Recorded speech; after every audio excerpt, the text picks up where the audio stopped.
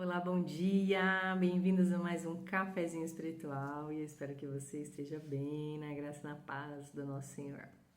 Vamos pegar nosso cafezinho, vamos para a nossa meditação de hoje. O meu tá aqui. Café, né? Meu dentista falou que eu preciso parar de tomar café para continuar com esse sorriso Colgate novo, sem aparelho, mas para ele ficar branquinho. Mas não consigo viver sem café. Pelo menos 2 vezes por dia. Eu vou tentar ficar em 2, porque eu tomo uma garrafa, mas eu vou tentar ficar em um cafezinho de manhã para acordar, e um cafezinho à tarde depois do almoço para continuar acordada. Vamos lá, nosso cafezinho de hoje vai falar sobre dúvida. Você já se sentiu em dúvida? Quais as dúvidas afligem a sua alma? É normal ter dúvida? Não é saudável ter dúvida?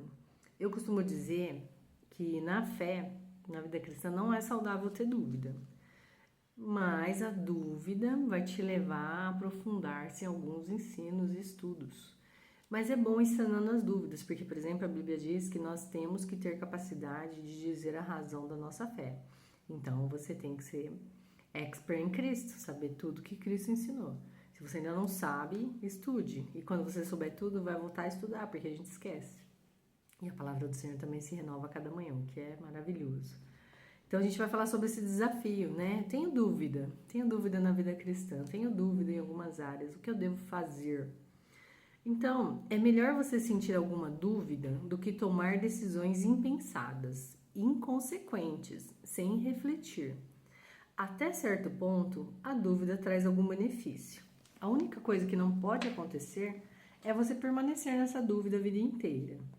Imagine um automóvel se aproximando de uma bifurcação. Há uma árvore enorme justamente entre a via da esquerda e da direita. O ideal é que você, usando as informações do seu Google Maps, GPS, sei lá, né, qual aplicativo você usa, saiba para que lado ir. No entanto, se você ficar na dúvida e não escolher, vai chegar no momento em que o caminho, qualquer caminho, será melhor do que bater nessa árvore. Então, quando você não sabe a direção, qualquer caminho serve. É o que se diz por aí, né? Mas nós sabemos que não é qualquer caminho que vai te levar para os céus, né? Então, se você ama o Senhor e o obedece, então você tem que saber todas as coisas, até para poder ensinar todas as coisas e para poder defender a sua fé quando vierem falsos profetas. Então, se você está na dúvida, tudo bem, mas busque informações para saber para que lado vai, evite passar tempo demais parado, pois parado ninguém chega a lugar nenhum. Mas não deixe o seu carro, sua vida bater, né? Algumas decisões erradas até fazem parte do processo de amadurecimento. Então, tenha um pouco de boa vontade com eventuais erros, mas escolha o caminho para permanecer melhor, sem estresse, mais próximos de Deus. Se chegar à conclusão de que errou, então esse caminho serviu para revelar a verdade, mas a gente aprende também, não só com os nossos erros, de preferência com o erro dos outros, para a gente não ter que cometê-lo. Já pensou se a gente só vai aprender que a tomada dá choque tomando choque?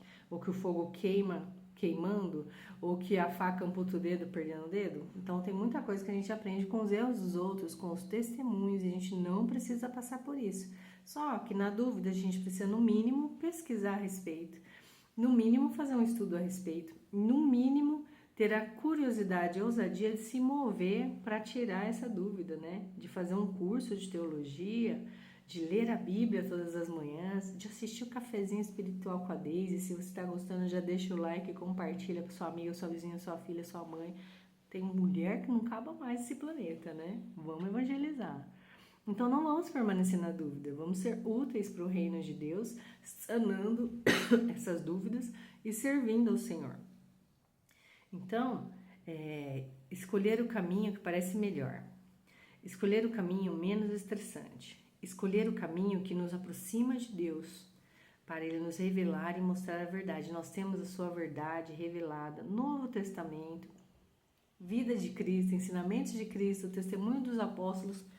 Tem como você ser uma cristã maravilhosa aos olhos de Deus, mas você precisa estudar e tirar suas dúvidas. A gente precisa cear todo domingo, porque os apóstolos se reuniam e ceavam todas as vezes que se reuniam. Quando eles se reuniam, era no primeiro dia da semana? Eu tenho que ofertar todo domingo? Eu tenho que ofertar mais vezes que domingo? Eu preciso dizimar? O que é dízimo? Eu estou realmente salva? Fui batizada da forma correta? Tenho o Espírito Santo de Deus habitando dentro desse vaso de barro? Realmente você tem que questionar e saber defender a sua fé, biblicamente, né? Não ficar na dúvida. E quando você tem o conhecimento para aplicar na sua vida diária, para ensinar para o seu próximo, então as dúvidas vão diminuindo, mas você tem que estar sempre sanando essas dúvidas, não ficar parada, saia da zona de conforto.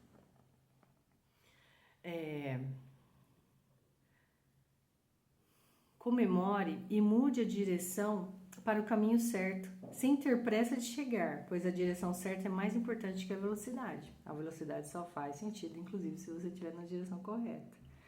A dúvida é negativa quando é derrotista e imobilizadora. Quando te faz pensar, é útil. Existem 10 dicas para ajudar você a tomar uma decisão. 3 para definir a situação, 3 para pensar nas soluções e 3 para achar alternativas. E a 10ª é pedir a Deus que ajude em tudo, pois Ele é todo poderoso em todo o processo. Então, para definir uma situação, reúna todos os dados disponíveis sobre o problema, identifique exatamente qual é o problema a ser solucionado, identifique as soluções possíveis e escolha a mais interessante e possível. Não faça metas impossíveis, porque aí depois você vai fracassar e falar, não, era impossível. Reavalie as soluções consistentes. Reapreciar sobre diversos ângulos as soluções possíveis, identificando as suas vantagens, desvantagens, cotejando-as com soluções tidas como ideal. Analise os meios para alcançar essas soluções, procurando combinar as vantagens para as soluções diversas. Liberte-se dos paradigmas, quebre o padrão se for necessário para tentar encontrar soluções inovadoras. Eu vou dar um testemunho rapidinho aqui, que eu falava com o Rodrigo sobre alguns assuntos e para ele era só cobrança. Ele não tinha os dons, por exemplo, de arrumar casa, eu sempre falo isso, não gosta de trocar tomada, parte elétrica, um horror para ele, fechadura, então às vezes ficava lá meses e ele não fazia. Eu queria um eletricista, um pedreiro, um mecânico, né, um médico, queria tudo em casa, eu queria que ele fosse tudo, e ficava cobrando.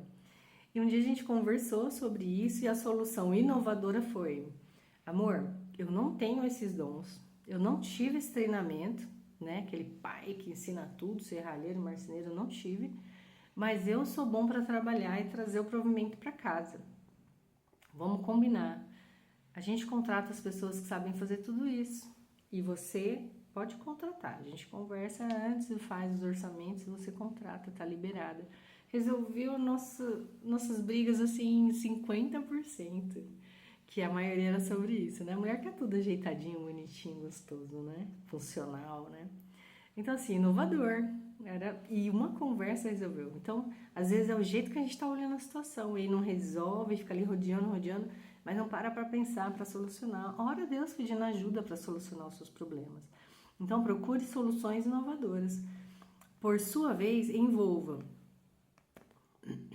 envolve deixar as ideias fluírem, por mais absurdas que às vezes elas pareçam, estabelecendo um juízo crítico, mas não preconceituoso sobre tais ideias, comparar as vantagens e desvantagens dessas soluções inovadoras com as das opções mais tradicionais e conservadoras. Lembrando que tudo que você for fazer, claro que aqui não é negociável, né? Nossos conceitos e princípios cristãos em primeiro lugar. Apesar da forma descolada que a gente está conversando, a análise de vantagem, desvantagem, se eu devo, se eu não devo, em tudo que eu vou fazer na minha vida particular, pessoal, profissional, cristã, princípios cristãos em primeiro lugar.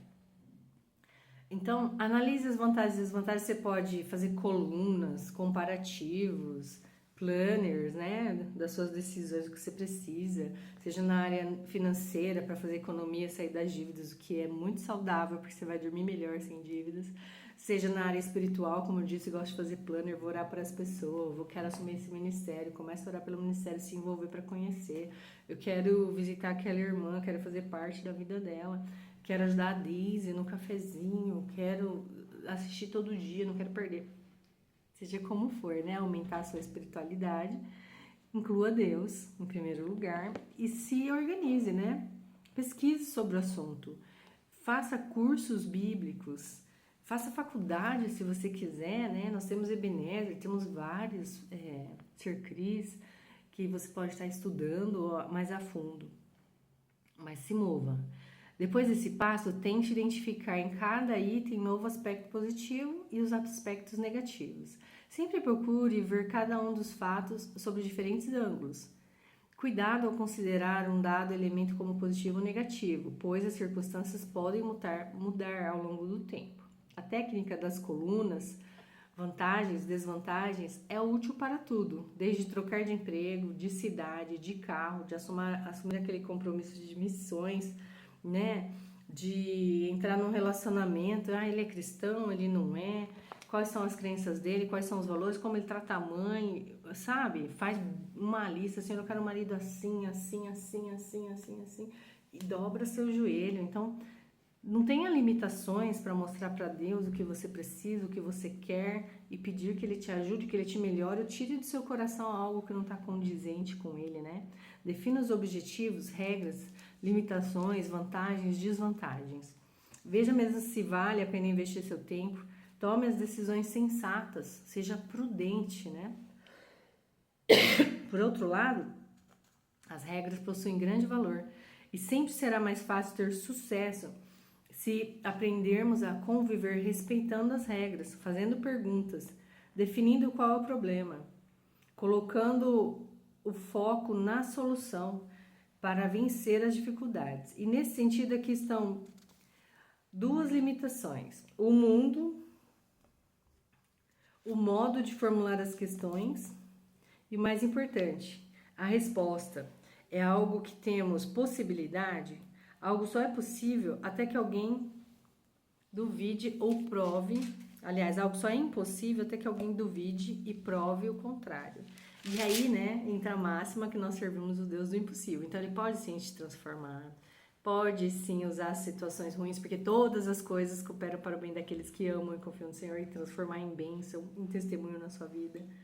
Basta que você, na dúvida, recorra a quem pode fazer o impossível na sua vida. Ora comigo. Senhor Deus e Pai, muito obrigada por esse cafezinho, por esse estudo. Nos usa, Senhor, e que nas nossas dúvidas, nas nossas limitações, não nos acovardemos, não fiquemos na nossa zona de conforto, mas sim, ó Pai, te busquemos mais assiduamente, cada vez mais profundamente, para te conhecer, Senhor, para saber sua vontade, para agirmos, Senhor, em todas as nossas decisões, conforme o seu querer, de forma a te agradar e termos sucesso na nossa vida, principalmente, em primeiro lugar, na vida de cristã e serva, Senhor, porque nós te amamos e queremos o Senhor em primeiro lugar em nossas vidas. E em nome de Jesus que nós oramos a ti agradecidas. Amém. Um beijo, gente. Até o próximo cafezinho. Tchau, tchau.